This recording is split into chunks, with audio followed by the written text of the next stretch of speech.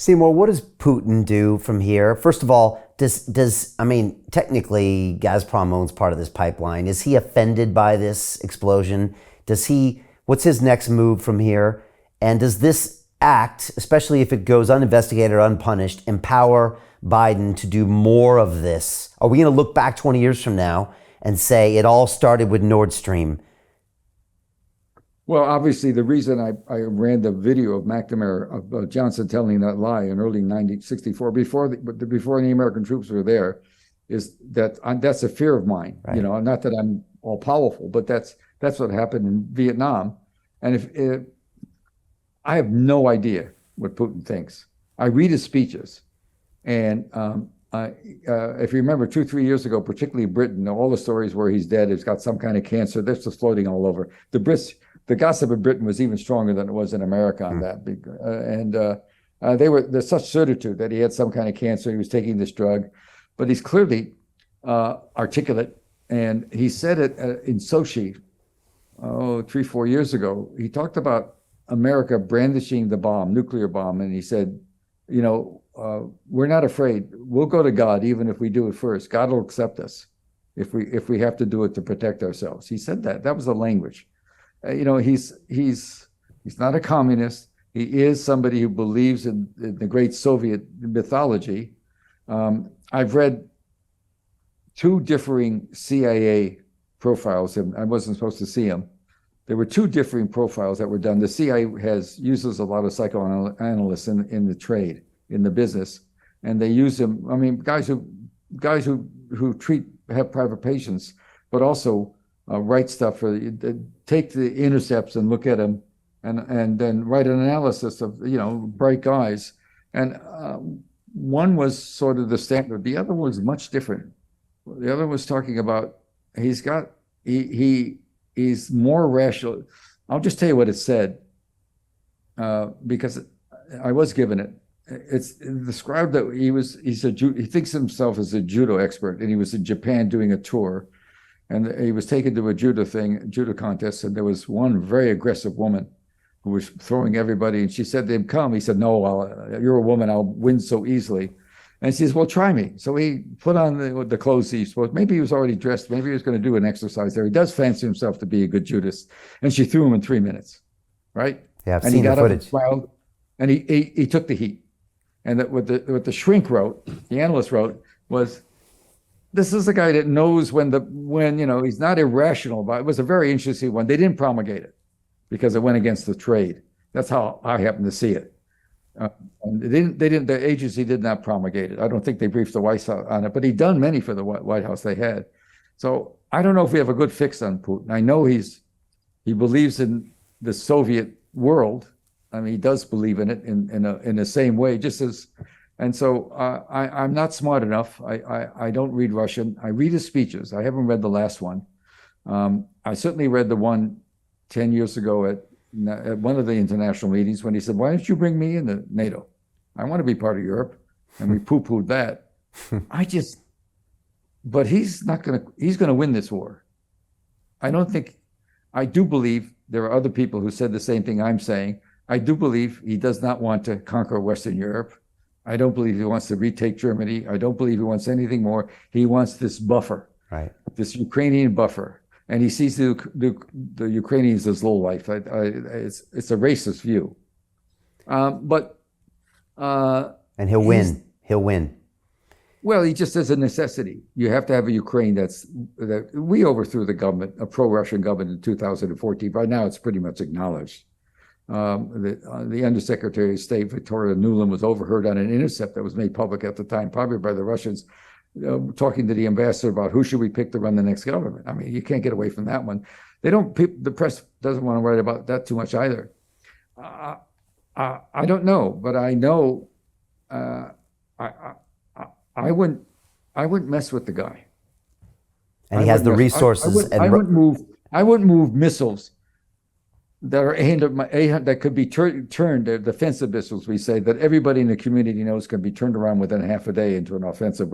You'd have to do some mechanical, take off some metal and put on some different metal. Could be done within a day.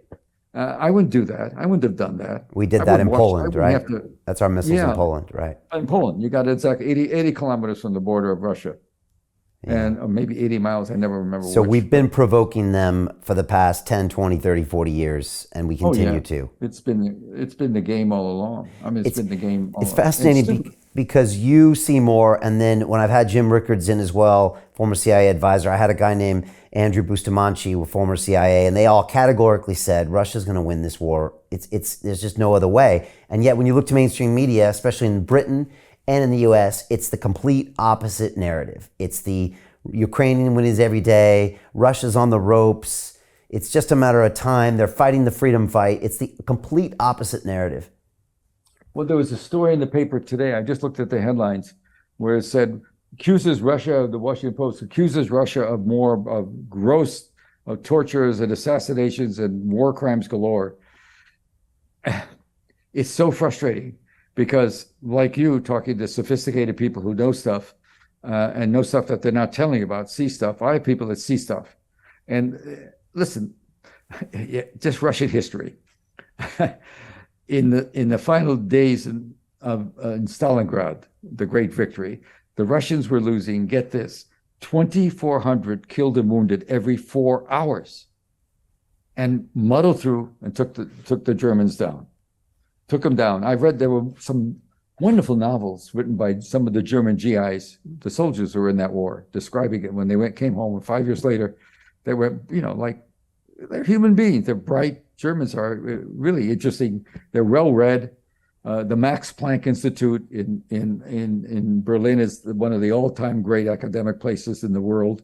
And so there's the Germans, they're just they're very bright. For me, I've been giving speeches in English for 10, 12 years there at the university with no translator. They all master languages, and they know how to party. You can find Brooklyn beer at a lot of places. They have the Brooklyn Lager, which is you wouldn't think you'd find you can find it in Berlin. They know the taste of the Westerners, and so I don't know why we have to go this way. And so, look, I'm just one yokel, whisper yelling in the outline, and I've had this. When I did My Lai, most of the first poll I saw showed that 53 or 54% of the people thought I was just nuts. I'm a liar. This didn't happen. You know that. I've gone through that on a lot of the stories. My name is Jim Rickards. I'm a former advisor to the CIA, Department of Defense, and the White House. In a moment, you'll have my own evidence that very few people have seen. You'll see how I believe 2 acts of democratic stupidity are about to combine into a storm that will change America forever. The American Energy Armageddon. In fact, due to specific circumstances created by the Armageddon, it's possible you could now win big while others lose. You see, there's a universal truth. In times of crisis, money moves. During the coming energy Armageddon, most Americans will face new hardships, but not all. A few will win and win big. You're about to see how the energy Armageddon could create a one-time opportunity to secure new substantial wealth. If you want in, keep watching. Right now, today, America is running out of gas, diesel, and oil. Our national fuel reserves are down 50% or more from where they should be. It's so urgent, major suppliers are calling it a code red emergency. We don't have the refining capacity to catch up, and we're shipping most of what we have to Europe to bail them out of Calamity Joe's Nordstream crisis. We're now facing catastrophic fuel shortages I predict will collapse our nation's energy grid. When it happens, every citizen will see firsthand the Dems' obsession with green energy is a scam. In fact, I'm going to show you my evidence that outs them as shameless hypocrites. That's not all. I predict this storm will bring about a new social order to our country. Many who are now rich will find their accounts drained, and those who are poor will turn to desperate measures to survive. I'm talking about civil unrest, a massive crime wave, and violence in our streets. Most will suffer under Biden's energy Armageddon, but not everyone. Some good Americans will win. They'll take advantage of wealth-building opportunities created by the upheaval, which I'll reveal here today, to vastly improve their personal economic situation. And that's the most important thing I want to share with you. Now, if the idea of winning while others suffer makes you uncomfortable, no problem. Then this presentation is not for you. But the way I see it, our great nation was built during times of crisis when a few smart people recognized opportunity and seized it. If you see the storm coming, if you know Calamity Joe and his ilk are steering us straight into it, and you want to not just survive, but thrive by using the crisis potentially to grow your personal wealth, then you're exactly who I want to reach today. Give me about 3 minutes of your time. I'm going to show you everything right now. Hey, it's Brian Rose, founder of the DeFi Academy. I've told you my 4-week crypto bootcamp is amazing, but don't take my word for it. This is what my students are saying. The DeFi Academy was an amazing experience for me. It took me totally out of my comfort zone. In this course, I was challenged, I was held accountable, and pushed to do things that honestly weren't always easy. It's been phenomenal, and I can't believe we're already up on our 4 weeks. It has flown by. Going through this DeFi accelerator by far was one of the best courses I've taken. You do this course, you really get into the nitty-gritty of the activities that will make you comfortable with decentralized finance.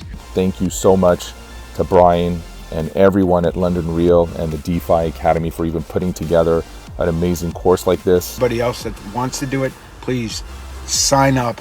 It is well worth the money.